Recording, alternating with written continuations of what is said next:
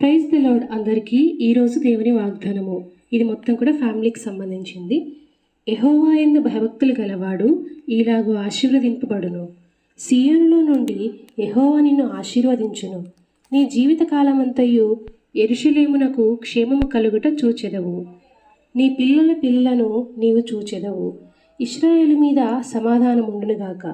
ఈ 128వ కీర్తన మొత్తం కూడా ఒక మంచి ఫ్యామిలీ అనేది ఎలా ఉండాలి, ఎలా ఉంటే దేవుడు ఆశీర్వదిస్తాడు, ఎలా భయభక్తులు కలిగి మనం ఉండాలి, అలాగే ఫ్యామిలీ మొత్తాన్ని ఎలా భయభక్తుల్లో పెంచాలి, ఒకవేళ అలా పెంచినట్లయితే మనం ఎలా ఆశీర్వదింపబడతామనేది మనకి ఈ వాక్యం అనేది తెలియజేస్తుంది. కాబట్టి కీర్తన 128వ అధ్యాయం అనేది ప్రతి ఒక్కరు కూడా ప్రతిరోజు కూడా దాన్ని జ్ఞాపకం చేసుకొని దాన్ని బట్టి మన జీవితకాలం అంతా కూడా ఈ యొక్క కీర్తన 128వ అధ్యాయాన్ని బాగా చదువుకోవాలి.